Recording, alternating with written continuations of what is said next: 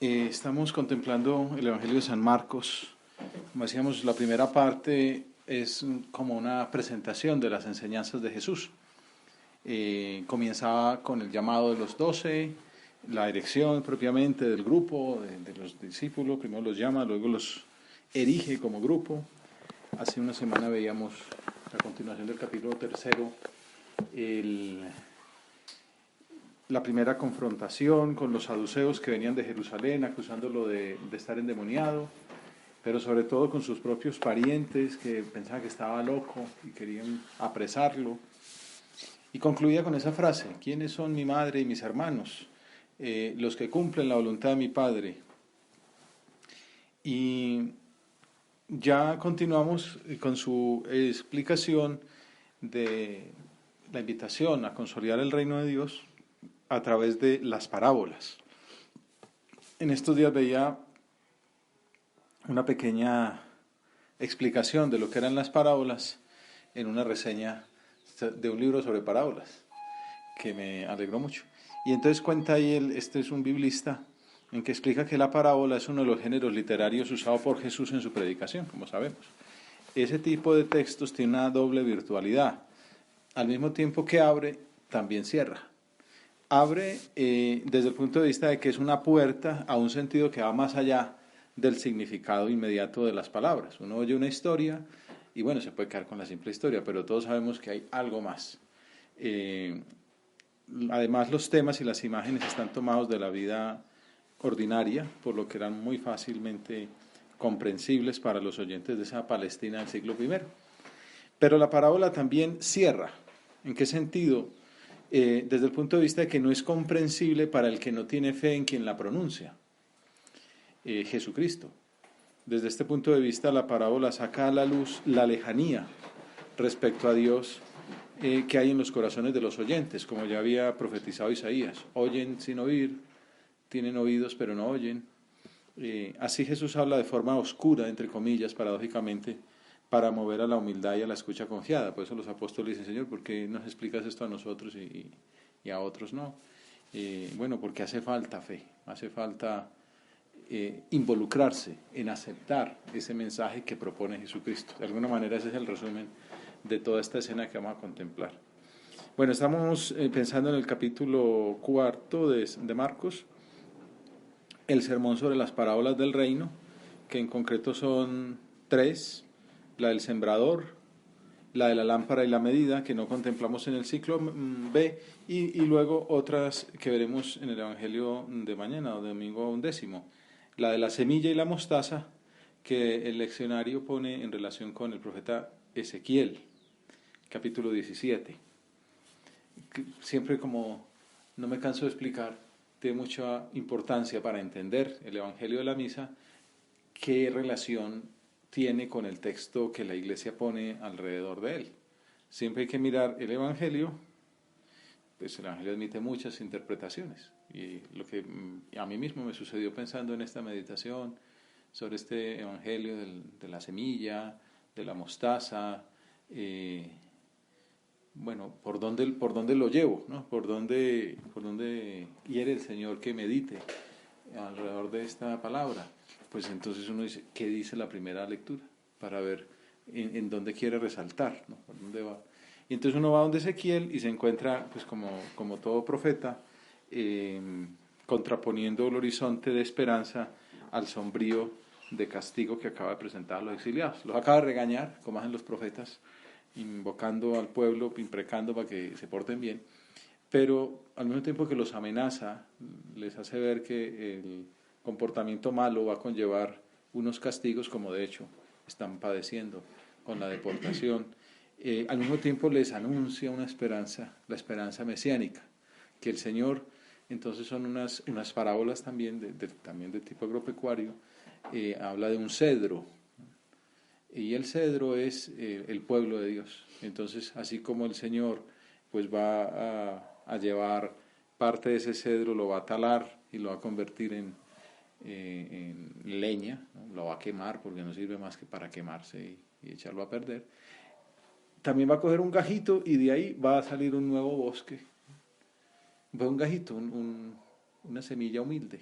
Y entonces ahí empiezan a encontrar una palabra clave, ¿no? Esa semilla. Vamos a mirar qué dice Ezequiel. Esto dice el Señor. También yo había escogido una rama de la cima del alto cedro y la había plantado. De las más altas y jóvenes ramas arrancaré una tierna y la plantaré en la cumbre de un monte elevado. La plantaré en una montaña alta de Israel. Echará brotes y dará fruto. Se hará un cedro magnífico. Aves de todas clases anidarán en él, anidarán al abrigo de sus ramas. Y reconocerán todos los árboles del campo que yo soy el Señor, que humillo al árbol elevado y exalto al humilde. Hago secarse el árbol verde y florecer el árbol seco. Yo, el Señor, lo he dicho y lo haré. ¿Ustedes se acuerdan que el Líbano, ahora que están de moda las banderas y tal, y los escudos, pues tiene en su escudo ese cedro, ¿no? El cedro del Líbano, que se remonta a estas profecías del Antiguo Testamento. Ezequiel debía hacer ver a los exiliados israelitas que sus vanas ilusiones sobre la permanencia de Jerusalén como capital de un reino corrompido religiosamente no tenían fundamento. Y entonces la hora de la ira justiciera divina llegaría inexorable y la dinastía davídica se eclipsaría de momento cuando fueran deportados sus representantes a Babilonia. Pero esta, explica la Biblia de Navarra, no sería una situación definitiva, porque ante todo está esa promesa que acabamos de escuchar. Dios asegura que inaugurará una nueva era mesiánica presidida por la misma dinastía de David, porque el Señor le había hecho esa promesa a David desde el principio, que su dinastía no tendría fin. Entonces, aunque sufriría mucho, el Señor sería fiel a su promesa. Y por eso una de las alabanzas que se le dice a Jesús es Hosana al Hijo de David. La gente sabe, los que están diciendo eso este es el Mesías, Él es Hijo de David. Parece que la Virgen tiene raíces davídicas, pero si hubiera alguna duda, José también engarza a Jesús. Por eso es importante que José sea el padre putativo de Jesús, porque él sí que está claro pues que viene de Belén, la tierra de David, y entonces por eso Jesús es hijo de David. No solamente porque legalmente José lo entronca en esa dinastía, sino también porque muy probablemente lo hace a través de María, pero sobre todo porque es el Mesías, y el Mesías iba a ser de la dinastía davídica. Y entonces por eso el profeta adapta el símil de la parábola antes expresada para dar un sentido nuevo, más favorable y más profundo a las esperanzas mesiánicas. Así como Nabucodonosor, la gran águila, había tomado el cogollo del cedro, llevando al principal de sus renuevos a Babilonia, así también Yahvé en el futuro tomaría del cogollo del cedro un tallito y ese cedro, que es la dinastía davídica, daría grandes frutos y daría frondosidad, en el que anidarían aves de toda pluma, es decir, todos los pueblos se reunirían en Jerusalén bajo la sombra protectora del Mesías, como pasa hoy día. Aquí estamos gente de distintos países, de distintos orígenes, y todos estamos bajo la sombra de la Iglesia universal, la familia de Dios en el mundo, que es la Iglesia de Dios. Bueno, pues eso es lo que está de fondo, ¿no? La Biblia, el comentario de la Biblia española dice que el cedro es ahora imagen de Israel. De la rama de un cedro y de sus brotes, el Señor elegirá una vez más una rama tierna y la plantará para que dé fruto. Lo importante, podríamos seguir por la línea pues davídica y mesiánica y todo, pero hay otra enseñanza que me parece que es la que une el ramo humilde, el cogollito, una semilla pequeña. Es como que el Señor quiere insistir con estas bellas imágenes que el Dios se vale de lo pequeño para actuar en el mundo y en las almas. Y vamos a meditar en nuestra oración de hoy ese modo divino de obrar para que lo imitemos en nuestra vida diaria. Tenemos todos esa tendencia, y en nuestra época parece que se notará más, la tentación de la grandilocuencia, de la ostentación, de llevarnos los méritos al sembrar árboles ya crecidos, bueno, o al plantarlos, mejor dicho, al plantar árboles que otros ya han cultivado. Y no es así el talante tuyo, Señor. Tú te presentas en cambio como un sembrador abnegado, laborioso, sacrificado y humilde. Y por eso, en el capítulo 4 que vamos a considerar, relata esas pequeñas parábolas de corte agropecuario. Comienza así: el reino de Dios se parece a un hombre que echa semilla en la tierra. Él duerme de noche y se levanta de mañana. La semilla germina y va creciendo sin que él sepa cómo. Quizá todos hemos hecho esos experimentos cuando éramos pequeños, en primaria, que había que poner una semilla en un vasito o en un frasquito para ir viendo cómo se rompía y cómo iba creciendo hasta que la hermanita la rompía o algo así. Pero bueno, pero la verdad es que era el milagro de la vida, era muy, muy bonito y muy sí, llamativo. No sé si a ustedes les pasó, a mí personalmente seguro que me influyó en tomar después la decisión de meterme por ese mundo de la biología y tal, porque la verdad es que es impresionante. Entonces el Señor se sirve de ese símil, ¿no? Así como esa semilla van pasando los días y va generando vida y bueno, y termina siendo una planta que da muchísimas más semillas. Así es el reino de Dios, como un grano que crece por sí mismo. Tiene su dinámica interna, la fuerza de una carga genética que garantiza su evolución. Necesita los cuidados del sembrador, ¿no? Que haya un medio, unos nutrientes, pero el día de mañana ese hombre no puede adjudicarse como suyos los éxitos de la cosecha. Hay tantos factores que no dependen de él: el clima, la maduración de la siembra, la ausencia de plagas o depredadores. Podemos ver en esas palabras de Jesús una advertencia para que al menos no estorbemos la acción de la gracia en nuestras almas y en las personas que tenemos a nuestro lado. O sea, como darnos cuenta que el protagonismo, la primacía es de Dios, de la gracia, no de nosotros. Sin embargo, el Señor quiere contar con nosotros para que seamos esos sembradores, que cuidemos la semilla, que preparemos el campo y que acompañemos el proceso hasta que dé el fruto. Pero luego el día de mañana, pues no vamos a pensar que eso depende de nosotros, ¿no? Sin mí no podéis hacer nada, dirá Jesús en otra parte.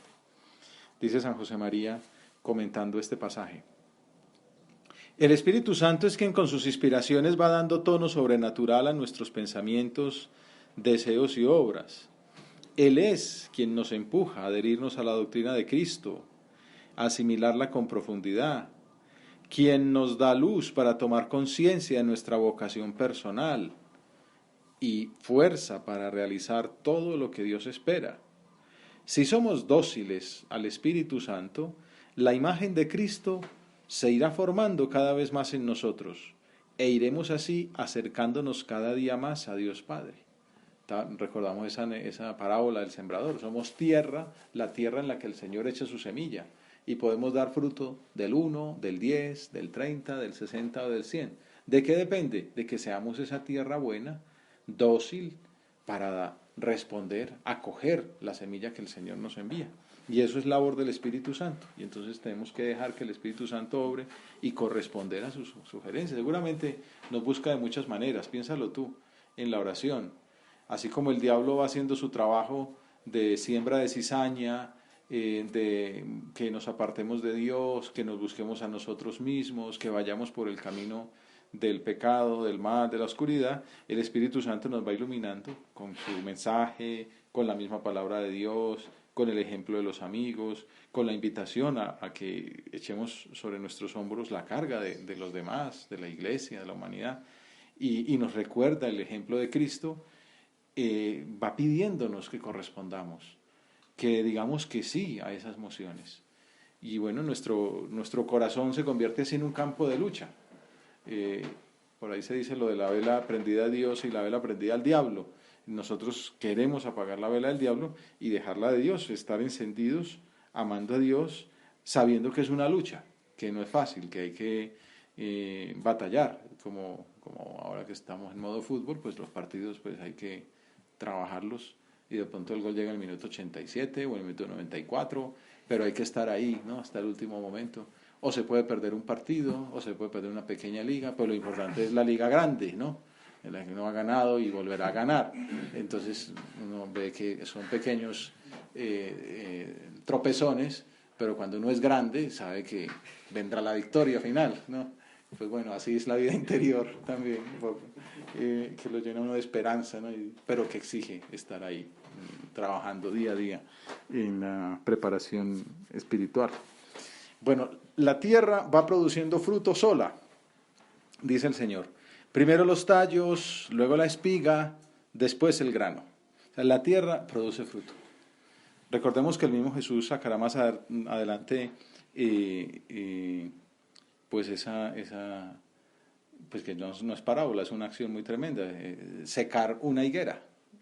Pasa un día, no ve que no da fruto y dice, nunca jamás coma nadie fruto de ti. Y luego el otro día pasan y está seca la higuera, ¿no? Porque solo daba hojas, porque no originaba ningún grano. Por eso en esta parábola, que en apariencia resalta solo la pasividad del desarrollo, se termina haciendo alusión al juicio. Cuando el grano está a punto, se mete la hoz porque ha llegado la siega con ese, ¿no? En momento de cegar. En nuestra siembra de la buena semilla, que es la palabra de Dios, no podemos asignarnos méritos que no nos corresponden, ¿no? Que la acción es de Dios, pensar que somos nosotros los protagonistas. Pero al mismo tiempo debemos ser conscientes de la necesidad de hacer rendir el talento recibido, con la mayor productividad posible en obras buenas de santidad y de apostolado. Hay un autor alemán, se llama Joseph Ratzinger, que decía, esta parábola se refiere al misterio de la creación y de la redención, de la obra fecunda de Dios en la historia.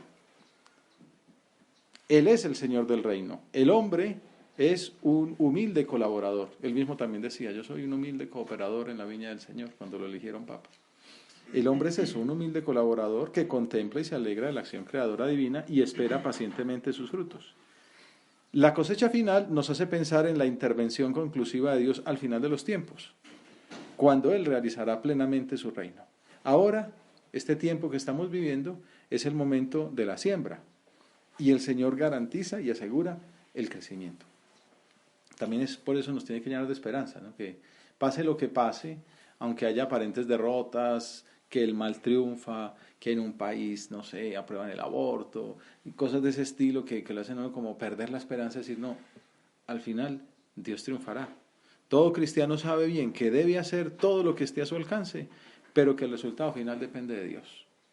Esta convicción lo sostiene en el trabajo diario, especialmente en las situaciones difíciles. Por eso escribía San Ignacio de Loyola, actúa como si todo dependiera de ti, sabiendo que en realidad todo depende de Dios. Esa es como la mejor explicación de esa parábola de la semilla. Sé ese sembrador que trabaja, que echa abono, que quita la cizaña, que echa agua, que pone luz artificial. Trabaja como si todo dependiera de ti, sabiendo que en realidad todo depende de Dios y que Dios no pierde batallas. Puede ser que no pierde guerras, digamos, puede que pierda una batalla, pero la guerra ya la tiene ganada y quiere que nosotros seamos sus soldados. Dijo también, ¿con qué podemos comparar el reino de Dios? ¿Qué parábola usaremos? Con un grano de mostaza. Al sembrarlo en la tierra es la semilla más pequeña, pero después de sembrada crece, se hace más alta que las demás hortalizas y echa ramas tan grandes que los pájaros del cielo pueden anidar a su sombra. ¿Se acuerdan que ya Ezequiel había dicho lo de los pájaros que venían a anidar en su sombra? Hablando del cedro del Líbano, pues ahora Jesús dice, el reino es como un grano de mostaza. Cuando uno va a Tierra Santa le venden las famosas semillas de mostaza, pues son pequeñísimas, como un alfiler, pues. Y después eso llega a ser un árbol poderoso. Es famosa esta comparación que nos habla de la humildad de los comienzos, que es característica de las obras divinas. O sea que el reino de Dios no aparece de modo estentóreo, con grandes fuegos de artificio, de los cuales después solo queda el recuerdo de una imagen pasajera y un palo quemado. Como en la encarnación, más bien sigue las dinámicas de la vida cotidiana, cumple los ciclos ordinarios, crece poco a poco, exige cuidados permanentes, con perseverancia de amor durante el invierno y el verano, de día y de noche. Y pues un ejemplo de lo que le pasó a María, ¿no? No se menciona de dónde viene ella, y a ella se le envía el ángel Gabriel, mandado por Dios. Entra en su casa de Nazaret, una ciudad desconocida para las Sagradas Escrituras, muy humilde, muy sencilla. También el Papa Benedicto explica, aplicando a la encarnación, la parábola de la semilla, Y entonces dice que el contraste entre los dos escenarios no podía ser más grande. Por un lado un sacerdote, Zacarías, el templo, la liturgia, y por otro una mujer joven, desconocida, una aldea aislada, pequeñísima, una campesina, una casa particular anónima. Y el signo de la nueva alianza es la humildad. O sea, Jesús nace allí, en lo escondido, el signo del grano de mostaza. El Hijo de Dios viene en la humildad. Ambas cosas van juntas. La profunda continuidad del obrar de Dios en la historia y la novedad del grano de mostaza oculto. Señor, ayúdanos a entender esta dinámica tuya, la dinámica de la humildad. Cuando San José María narra la Navidad, el nacimiento de Cristo, tiene una meditación sobre eso en Cristo ¿Qué pasa? El título es El triunfo de Cristo en la humildad. O sea, que Cristo nace, el Hijo de Dios, el Mesías anunciado durante siglos, uno se imaginaría pues como una obertura estilo Disneylandia, en castillo, y no, nace en un pesebre, junto a una mula, en una pobreza absoluta. Bueno, pues esa es la parábola de la mostaza. Y por esa razón Jesús mismo se pone como ejemplo de humildad. Aprended de mí que soy manso y humilde de corazón. Me parece que esa era como la virtud en la que podíamos centrarnos de muchas maneras que podríamos tomar de estas parábolas de Jesús para nuestra meditación de hoy. Aprended de mí que soy manso y humilde de corazón. Meditemos con más frecuencia en ese carácter humilde que marca la vida de Jesús, de María, de José, y procuremos vivirlo en nuestras actividades diarias. En primer lugar, hemos de vivirla con los que tenemos más cerca, que son seguramente con los que más frecuencia tienen que padecer nuestros accesos de soberbia. San José María decía, meditando sobre esto, me encontré unas frases muy bonitas. Una en concreto así muy lapidaria. La soberbia es lo peor del pecado original, pues del fomes peccati, de las cicatrices del pecado original, lo peor es la soberbia. Y es que además es como hasta ridícula. Hay un famoso verso de Cicerón, ¿no? Tan reconocido, latinista, en la historia de la humanidad, pero dice que compuso uno de los versos más tristemente célebres de mala poesía latina. Hay un libro por ahí sobre la historia de Roma y sale esta historia que me gustó mucho, pues por negativa. Dice, o fortunatam natam me consula Romam. ¿No? En este momento ustedes deberían reír porque lo deben haber entendido. Oh Roma, es un canto a Roma, oh Roma, afortunada de nacer durante mi consulado. Qué suerte has tenido, Roma, de nacer mientras yo era el cónsul, ¿no? Entonces, así es lo que le canta a Roma, ¿no? Bienaventurada tú, que me has tenido a mí como cónsul. Bueno, pues así somos de ridículos nosotros todos, no hace falta ser Cicerón, porque eso viene de Adán y Eva, ¿no?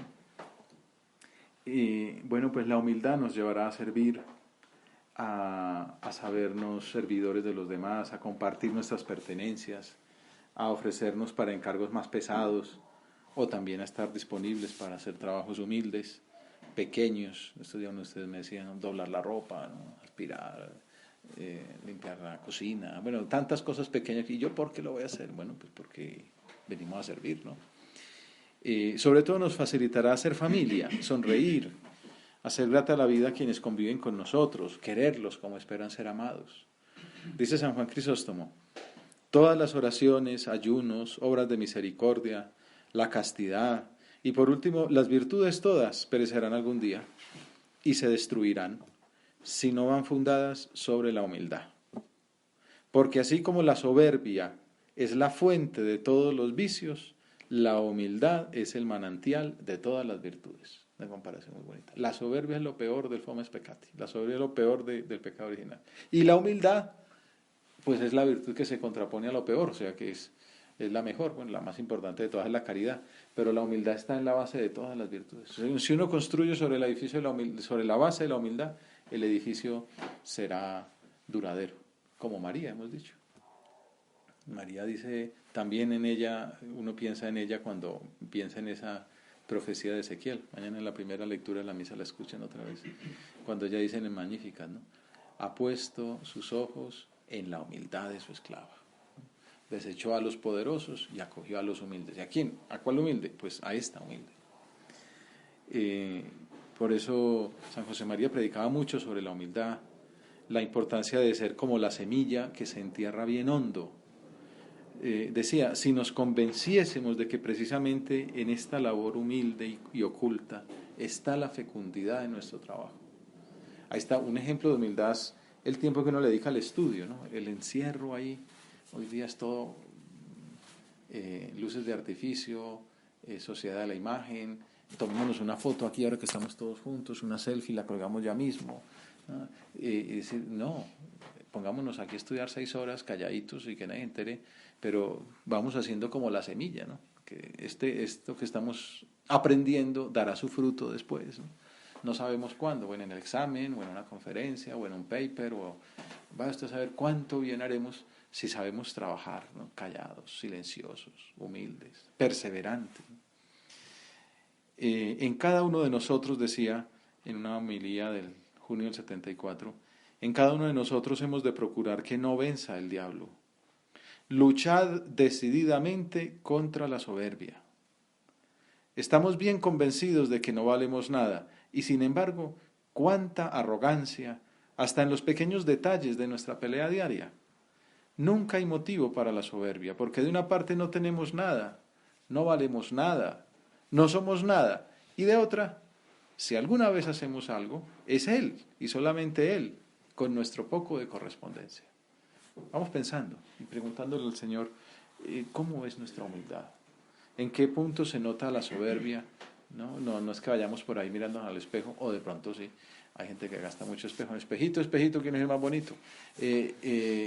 Pero bueno, quizá hay otras manifestaciones más larvadas de soberbia, todos la tenemos. Cuando el yo se alce soberbio, reclamando derechos de comodidad, de sensualidad, reconocimientos o agradecimientos, el remedio, porque todo esto lo tenemos, ¿no? El ataque de la soberbia del diablo, el remedio es mirar al crucificado. Por eso es que es una buena devoción tener el crucifijo a la mano, tenerlo en el bolsillo, sacarlo en la hora de estudio. Es decir, mira, Señor, tú que eres la santidad, tú que eres Dios, te entregaste por mí en la cruz, hiciste sufrir ese cuerpo hasta morir derramando la última gota de su sangre.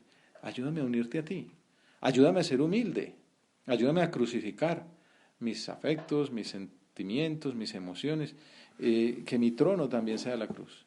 El remedio es mirar al crucificado, venir al sagrario, es Dios. Esto era como para que estuviera el sagrario permanentemente echando, no sé, llamaradas, aromas, músicas, y no, está ahí en un silencio que habla de la humildad de Dios, para que nosotros aprendamos. Don Javier Echavarría decía que el sagrario era cátedra de todas las virtudes. La virtud que uno quiera, ahí aprende en ese modelo. Bueno, la virtud de la humildad, estar escondido en una caja oscura, cerrada, pobre. Ir al sagrario, participar sacramentalmente en su sacrificio, ¿no? También la misa. Por eso aquel punto de camino, humildad de Jesús en Belén, ya decíamos, en Nazaret, ser un muchachito más de una casa pobre, en el Calvario. Pero más humillación y más anonadamiento en la hostia santísima, más que en el establo y que en Nazaret y que en la cruz. Por eso, qué obligado estoy a amar la misa, nuestra misa, Jesús. Una manera más de entender la misa, ¿no? Manifestación de la humildad de Jesús que se abaja a someterse a la voluntad de un pobre hombre que es el sacerdote, a la voluntad del que comulga, que puede venir sin las debidas disposiciones, pero Él por estar ahí disponible, por acompañarnos, por ayudarnos, por ser ese fermento que hace que la semilla fructifique, se abaja a estar ahí presente. Qué obligado estoy a amar la misa, a participar en ella, a descubrir en ella el abono, la fortaleza, lo que me hace a mí pues una semilla fructífera. Otra palestra para ejercitar la humildad, el crecimiento del grano de mostaza, es el trabajo habitual, el esfuerzo por cuidar las cosas pequeñas, por acabar los últimos detalles, por trabajar con constancia y abnegación, también en vacaciones, ¿no?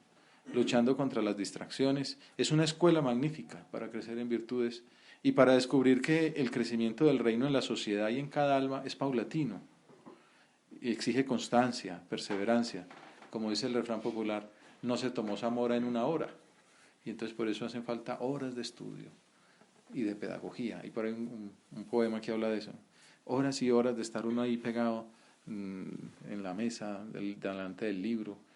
Y todo eso va forjando en uno hábitos de laboriosidad, hábitos de trabajo, que es el servicio a los demás. Como fruto del esfuerzo por imitar la humildad de Jesús en la familia y en el trabajo, con la lucha diaria por cumplir nuestros deberes y ejercitar nuestros derechos, las virtudes que vayamos adquiriendo tendrán un influjo positivo en la sociedad. Como María, entonces visitaremos a los más necesitados y enfermos, que también es una manifestación de humildad. Les prestaremos nuestros servicios con toda generosidad, como procuramos hacer en la labor desde esta casa. La virtud de la humildad también nos llevará a olvidarnos de nosotros mismos, como hizo la Virgen en las bodas de Caná, donde fue la primera en darse cuenta de que el vino escaseaba. Bueno, pues se nos acaba el tiempo y le damos gracias al Señor por darnos estas luces, por ver que quiere contar con nosotros, con esa lucha cotidiana para identificarnos con Él. De esa manera influiremos positivamente, sembraremos la semilla del reino que como el grano de mostaza crecerá y dará fruto, y vendrán a guardarse en su sombra las aves del cielo.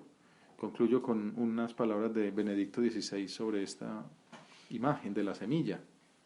Dice que Jesús la quería particularmente porque expresaba muy bien el misterio del reino, que estas parábolas de hoy muestran ese misterio que representa un crecimiento y un contraste, un crecimiento que se realiza gracias al dinamismo presente en la semilla misma y el contraste que existe entre la pequeñez de la semilla y la grandeza de lo que produce. El mensaje es claro, el reino de Dios, aunque requiere nuestra colaboración, es ante todo un regalo del Señor, la gracia que precede al hombre y a sus obras. Nuestra pequeña fuerza, aparentemente impotente ante los problemas del mundo, si se suma a la de Dios, no teme obstáculos, porque la victoria del Señor es segura. Es el milagro del amor de Dios que hace germinar y crecer todas las semillas de bien diseminadas por la tierra. Y la experiencia de este milagro de amor nos hace ser optimistas. Al mismo tiempo que humildes, somos magnánimos. Porque a pesar de las dificultades, de los sufrimientos y el mal con que nos encontramos, sabemos que la semilla brota y crece porque la hace crecer el amor de Dios. Pues le pedimos a la Virgen que ella, que acogió como tierra buena la semilla de la palabra divina, fortalezca en nosotros esta fe y esta esperanza.